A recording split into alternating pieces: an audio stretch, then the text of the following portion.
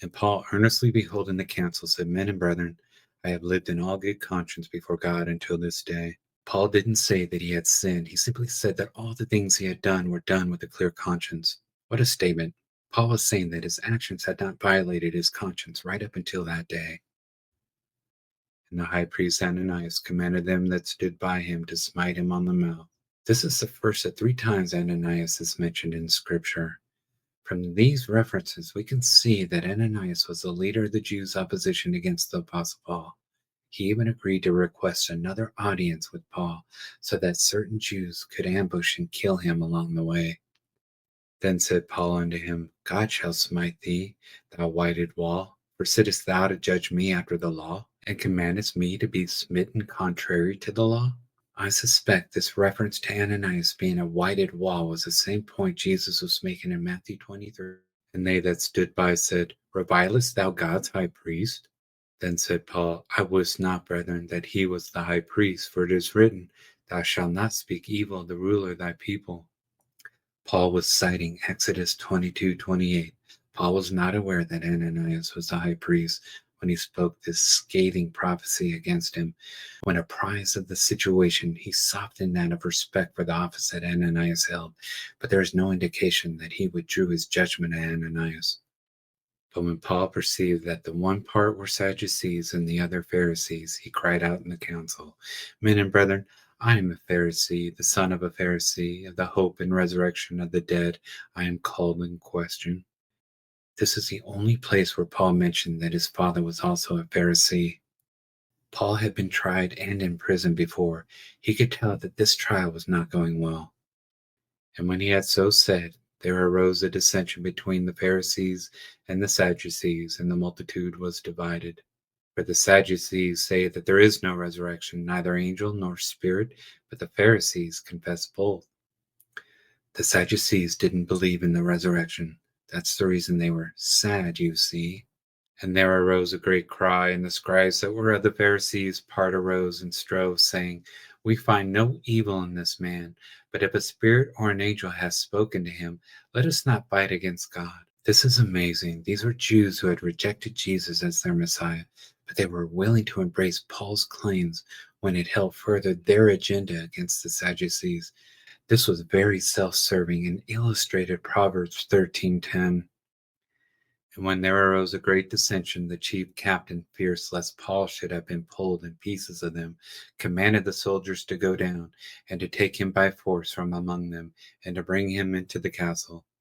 What a sorry witness this was to the Romans. If the Jewish people had truly cared about anything but themselves and their own prejudices, they would have controlled themselves, if for no other reason than the witness it would have been to these Romans. But they were acting like children. And the knight following the Lord stood by him and said, Be of good cheer, Paul, for as thou hast testified of me in Jerusalem, so must thou bear witness also at Rome.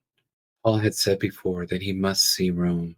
And when it was day, certain of the Jews banded together and bound themselves under a curse, saying that they would neither eat nor drink until they had killed Paul. This is a direct fulfillment of the prophecy of Jesus, where he said, They shall put you out of the synagogues, yea, the time cometh that whosoever kill you will think that he doeth God service. And there were more than 40 which had made this conspiracy. If this many people hated Paul so much that they were willing to bind themselves under a curse to the death, then how many more hated Paul, but were just not willing to go that far? This wasn't because of anything Paul had done. The problem was totally with them. We need to remember this when people get upset with us.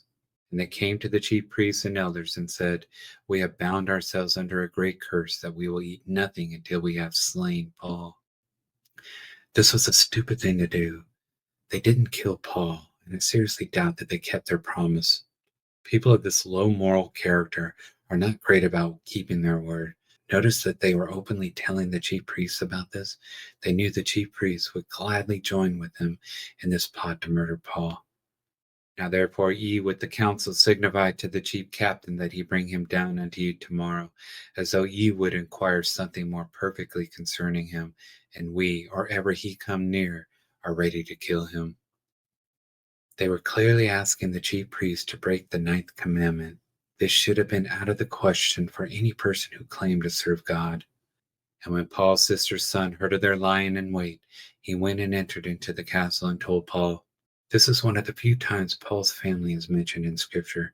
It appears that Paul's nephew had received salvation through Jesus, or at least he was not hostile toward it, as the non believing Jews were. Then Paul called one of the centurions unto him and said, Bring this young man into the chief captain, for he hath a certain thing to tell him. It's important that we stay in constant communion with the Lord and always get fresh direction as to how He wants us to deal with life's challenges. The children of Israel only used the miraculous plan that caused Jericho's walls to fall down flat one time. They never employed that method again. So he took him and brought him to the chief captain and said, Paul the prisoner called me unto him and prayed me to bring this young man unto thee, who hath something to say unto thee. The Lord told Paul that he would not die, but that he would testify in Rome too. But this assurance didn't keep Paul from using prudent natural means for his preservation. Then the chief captain took him by the hand and went with him aside privately and asked him, What is thou hast to tell me? The fact that the chief captain took the lad aside implies that he wasn't sure he could trust even his own soldiers. The chief priests were very influential and had been known to bribe people before. And he said, The Jews have agreed to desire thee that thou wouldest bring down Paul the morrow into the council, as though they would inquire somewhat of him more perfectly. This lad was making an accusation against the most revered leaders of the Jews. This was bold on his part and could have gotten him in trouble. The Jews often bribed the Roman officials, and there was a pattern of the government appeasing the religious rulers. But do not thou yield unto them, for there lie in wait for him of them more than 40 men, which have bound themselves with an oath that they will neither eat nor drink till they have killed him. And now are they ready, looking for a promise from thee. It would have been politically expedient for the chief captain to allow the Jews to kill Paul. This was what Pilate did and was a pattern of the Roman government's appeasement policy toward the Jews. But Claudius Lysias showed character in this instance. So the chief captain then let the young man depart and charged him, See thou tell no man that thou hast showed these things to me. This was prudent on the chief captain's part. The Pharisees were very corrupt and had bribed many people before, and no one could be trusted. And he called unto him 2 centurions, saying, Make ready 200 soldiers to go into Caesarea, and horsemen 70, and spearmen 200, at the 3rd hour of the night. This totaled 470 soldiers who were assigned to Paul's protection. This was quite an escort for one little preacher. And provide them beasts that they may set Paul on, and bring him safe unto Felix the governor. This reflects the honor the chief captain had for Paul. He treated him more like a dignitary than a prisoner. And he wrote a letter after this manner.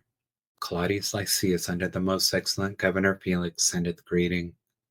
This man was taken of the Jews, and should have been killed of them. Then came I with an army and rescued him, having understood that he was a Roman. This was not a true statement by Claudius Lysias. He did not find out that Paul was a Roman citizen until after he had saved him from the mob. This was nothing but a self-serving attempt to portray himself in a better light than what he deserved. And when I would have known the cause wherefore they accused him, I brought him forth into their council. Claudius failed to mention the fact that he had bound Paul and was close to having him beaten. That was a serious offense that could have gotten Claudius in trouble, whom I perceived to be accused of questions of their law, but had nothing laid to his charge worthy of death or of bonds. Claudius Lysias here admitted that there was no reason to imprison Paul. He could have let him go. It is possible that he kept Paul in custody for Paul's protection. And when it was told me how that the Jews laid wait for the man, I sent straightway to thee, and gave commandment to his accusers also to say before thee what they had against him. Farewell. Then the soldiers, as it was commanded them, took Paul and brought him by night to Antipatris. The city was located 27 miles south of Caesarea and nearly 30 miles northwest of Jerusalem. On the morrow they left the horsemen to go with him and returned to the castle. Antipatris was about 30 miles from Jerusalem. The 200-foot soldiers marched that 30 miles in around 9 hours, which was quite a feat, who, when they came to Caesarea and delivered the epistle to the governor, presented Paul also before him. Notice that this letter from Claudius Lysias to Felix was called an epistle. This was what we would call a formal letter today, and it was called that in Acts 23:34. And when the governor had read the letter, he asked of what province he was. And when he understood that he was of Cilicia, Felix was this governor. I will hear thee, said he, when thine accusers are also come. And he commanded him to be kept in Herod's judgment hall. This hall was called by the same name as the judgment hall where Christ was brought before Pilate at his trial. However, this judgment hall was in Caesarea instead of Jerusalem.